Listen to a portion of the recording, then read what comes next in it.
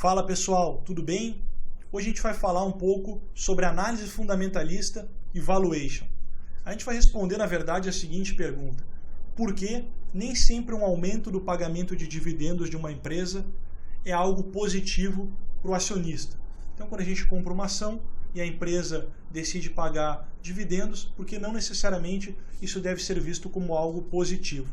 A ideia de responder essa questão, na verdade, foi justamente de um post que a gente fez no Telegram, que teve bastante sucesso. Bastante gente veio perguntar sobre as fórmulas de análise fundamentalista que a gente utilizou para fazer essa análise, e a gente quer compartilhar aqui com vocês, para vocês mesmos poderem usar esse tipo de ferramental nas decisões de investimentos de vocês.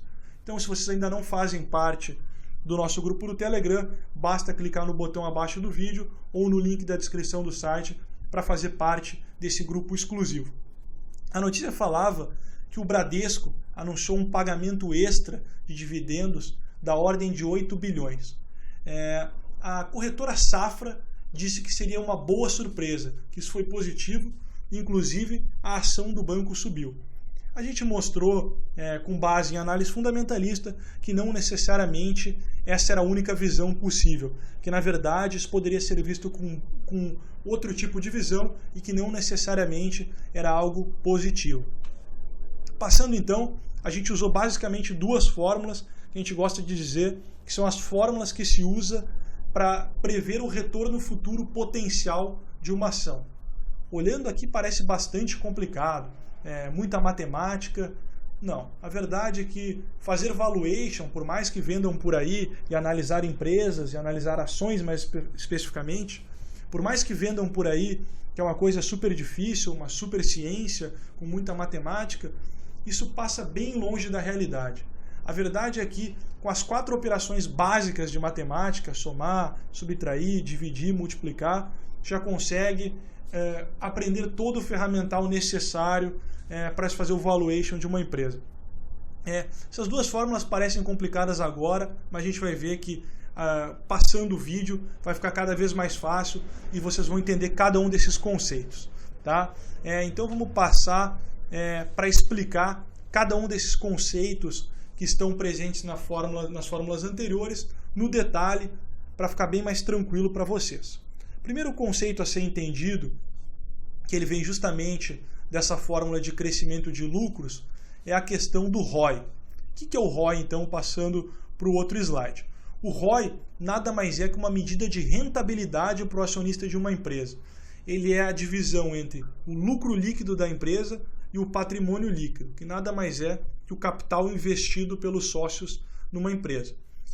De maneira bem simples, a gente pode dizer que quanto maior, melhor. Ou seja, o ROI é uma medida percentual de rentabilidade para o acionista. Pode ser 10%, 15%, 20%. É um percentual e, de maneira bem simples, vamos usar como regra de bolsa que quanto maior, melhor. Outra variável presente nas fórmulas que a gente apresentou anteriormente é a taxa de reinvestimento. O que é isso? De maneira bem simples, a taxa de reinvestimento nada mais é que a parcela do lucro da empresa que é reinvestida na empresa.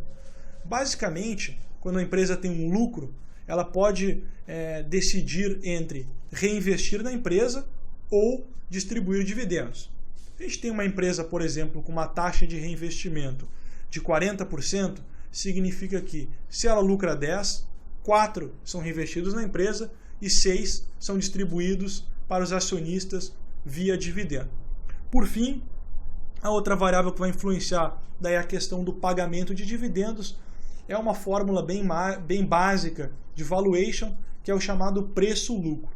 A gente não vai aprofundar muito aqui, porque depois nós faremos vídeos aprofundando mais várias metodologias de valuation.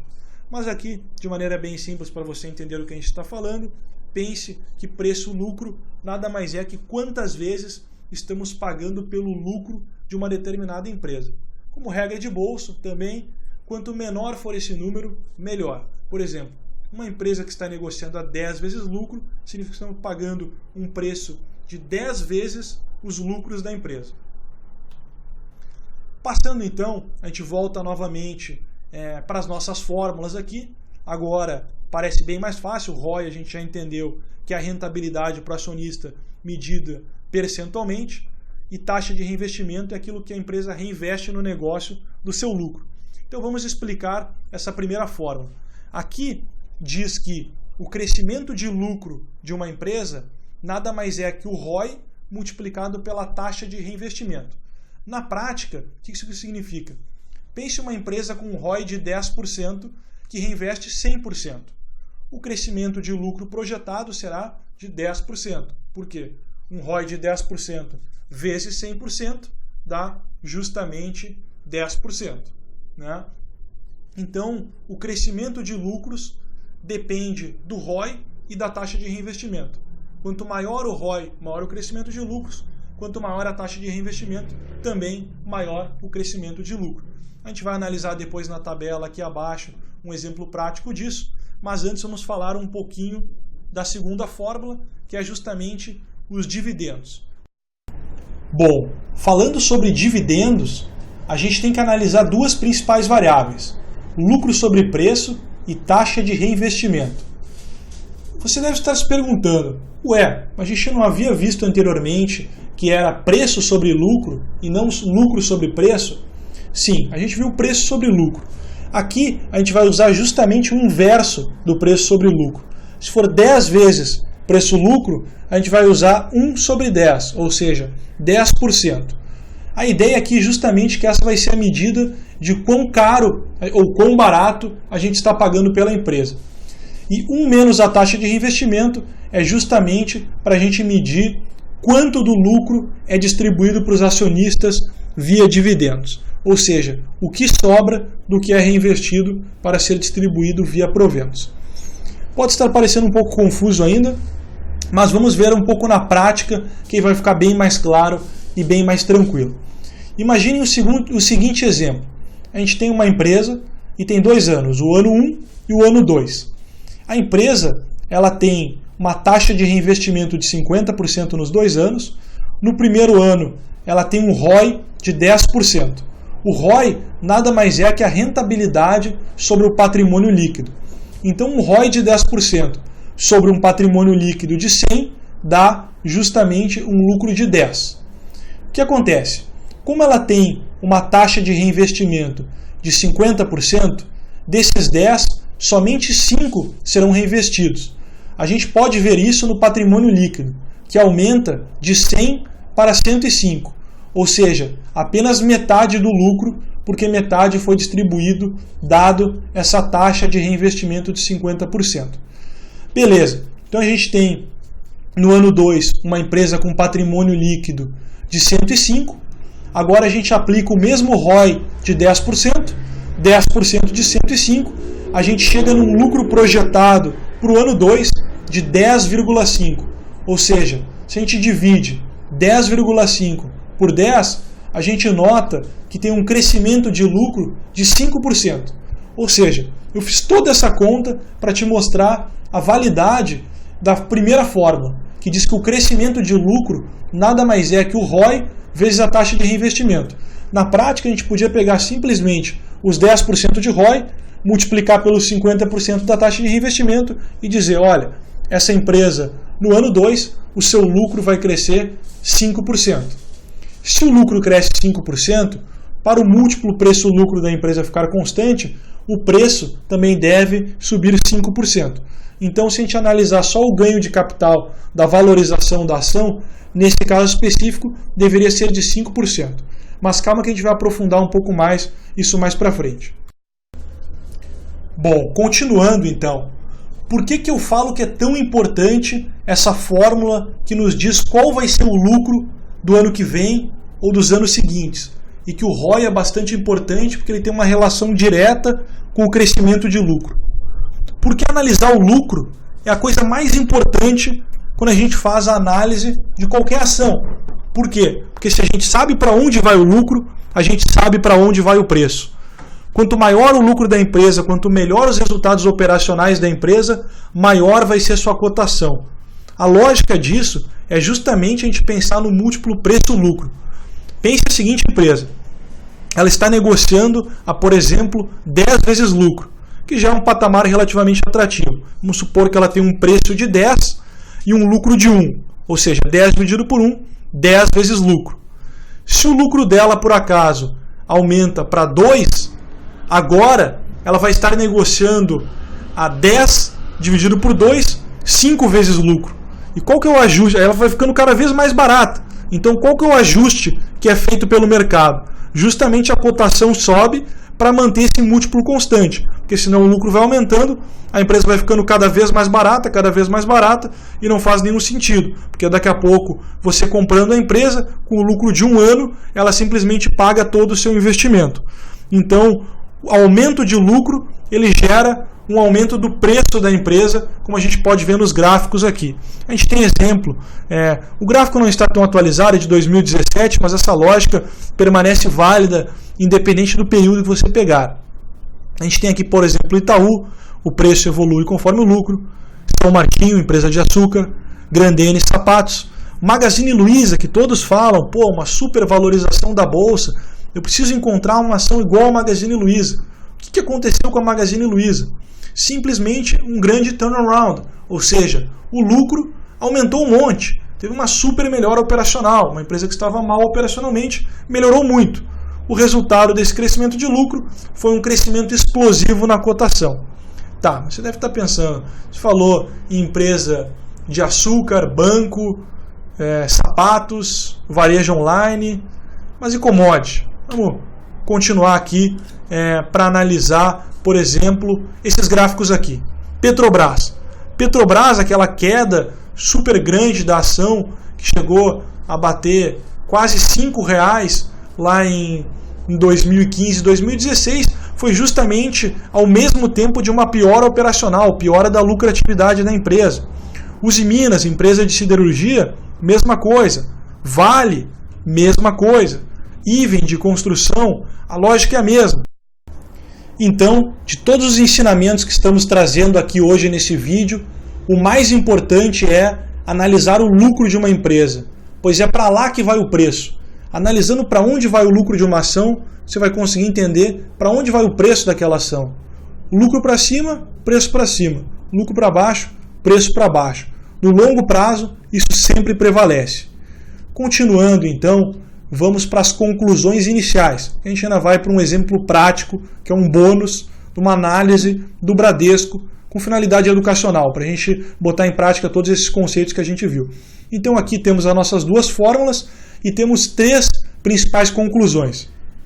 Primeiro, essas duas fórmulas que a gente viu, elas medem as 2 principais maneiras de um acionista ser remunerado. Ou seja, ele pode ser remunerado com o crescimento de lucro e consequente aumento da cotação do preço da empresa, que é o famoso ganho de capital. Ele pode ser remunerado via distribuição de dividendos, que é essa segunda fórmula que a gente viu, e a terceira fórmula é um aumento do valuation da empresa, ou seja, ela ficar mais cara, um aumento de múltiplo. Isso a gente não viu aqui e provavelmente vai ser tema de uma outra aula sobre valuation. Falando então um pouco sobre taxa de reinvestimento. A conclusão que você deve levar é que quanto menor a taxa de reinvestimento, menor será o crescimento do lucro futuro de uma empresa. No caso do Bradesco, por exemplo, quando ele está dando um sinal que vai aumentar a sua distribuição de dividendo, que consequentemente nada mais é que distribuir mais dividendos, diminuindo a taxa de reinvestimento, ele está talvez sinalizando que não está conseguindo reinvestir aquele lucro, aquele capital, numa taxa de retorno atrativa. Talvez nem conseguiria manter o ROI dele no longo prazo, pois não está conseguindo reinvestir aquele capital na mesma taxa de retorno do seu ROI. Logo, para ele faz mais sentido distribuir via dividendos do que reinvestir na própria empresa, no próprio banco. Bom, a terceira conclusão, então, que você deve ficar sabendo é a questão da segunda fórmula que fala sobre dividendos. O ponto a ser levado aqui é que a distribuição de dividendos ela depende do múltiplo pago pela empresa. Ou seja, quanto maior o preço-lucro da empresa que estamos comprando, menor será a nossa rentabilidade via dividendos. Basicamente isso que você deve saber dessa fórmula aqui. Mas vai ficar mais fácil a gente analisando isso na prática. Sim, a gente está trazendo aqui um bônus de uma análise prática, 100% passo a passo, de todos esses conceitos que a gente expôs anteriormente. Justamente do Bradesco, que é o banco da notícia. E a gente tem dois gráficos que a gente fez com base nos demonstrativos financeiros do Bradesco. O primeiro gráfico, ele fala do payout, que nada mais é que o percentual de lucros que é distribuído via dividendos. Por exemplo, um payout de 30% significa que 30% dos lucros são distribuídos via dividendos, ou seja, 70% dos lucros são reinvestidos. Aqui a gente pode ver que na média o Bradesco apresenta um payout de cerca de 30%. No outro gráfico, a gente tem o lucro líquido do Bradesco. A gente vê que tem o lucro veio meio de lado, na verdade, de 2014 para 2017 ele não cresceu, né? Ele inclusive caiu, e depois tem uma evolução significativa em 2018, chegando perto de 20 bilhões de reais. Tá? Aqui a unidade de medida é bilhões, então 15 bilhões e depois 19 bilhões em 2018. Passando então para o próximo slide, a gente tem aqui um gráfico de preço-lucro. Esse é o preço-lucro que a gente estava falando lá anteriormente naquela fórmula dos dividendos. A gente falou o quê? Que quanto maior o preço-lucro, menos atrativo está o valuation da empresa, ou seja, mais caro a gente está pagando pelos lucros dela. E por consequência, como a gente viu naquela fórmula, menor a nossa rentabilidade via dividendos. Hoje o preço-lucro do Bradesco está em cerca de 12 vezes, bastante acima da média histórica. A gente pode ver um patamar bastante elevado. Para vocês terem uma ideia, durante a crise ali de 2015, 2016, o Bradesco chegou a negociar perto de 5 vezes preço-lucro. Esse sim seria um patamar de valuation bastante atrativo. Passando então para o ROI, quando a gente faz uma análise do ROI do Bradesco, a gente nota que ele vem numa tendência de queda, chegou a ser próximo de 30% em 2008 e hoje é mais próximo aí de uns 18%.